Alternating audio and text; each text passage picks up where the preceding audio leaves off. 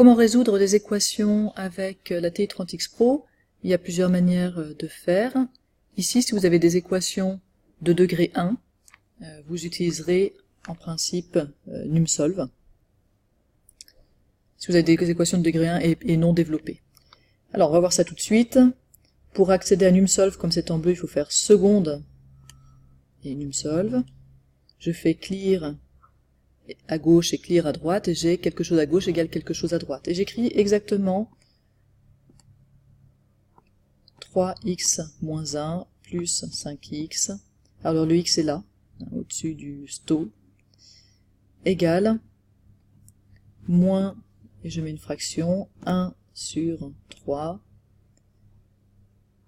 x, pardon, c'est moins,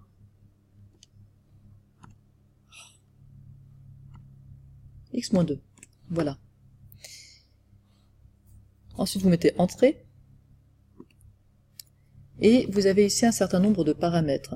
Donc c'est pas les solutions qui sont données à cette étape-là, c'est des paramètres. Ici on vous demande avec quelle valeur de x vous voulez commencer. Mettons qu'ici je veuille commencer avec x égale 0. Ça veut dire que la calculatrice, elle va tester d'abord 0, puis des nombres autour de 0, et voir laquelle pourrait résoudre cette équation.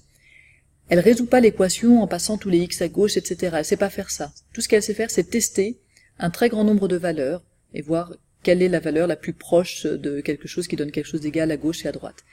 Attention, dès qu'elle trouve une valeur qui marche, elle la donne, c'est-à-dire que s'il y a plusieurs solutions, elle vous en donnera qu'une. Voilà. Donc je mets entrée, encore entrée, je la laisse réfléchir, il y a le petit sablier là-haut, et là, maintenant j'ai la solution x égale 0,44. Ça c'est la solution de mon équation.